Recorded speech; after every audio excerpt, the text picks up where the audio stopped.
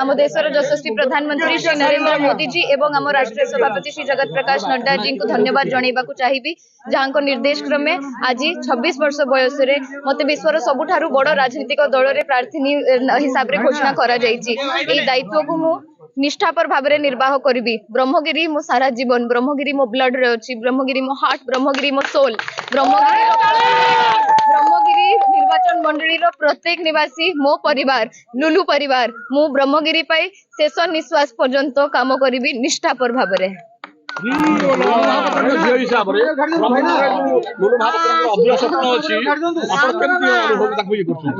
लोकों का आशीर्वाद आपण एई मुहूर्त रे मध्य देखि पारुथिबे। मो आखिरु लुह सुखु नहीं जेते बेले मु आसुतिली जगन्नाथ मंदिर अलारनाथ मंदिर पर्यंत प्रत्येक छकरे लोक अटके कि मते आशीर्वाद करूचंती।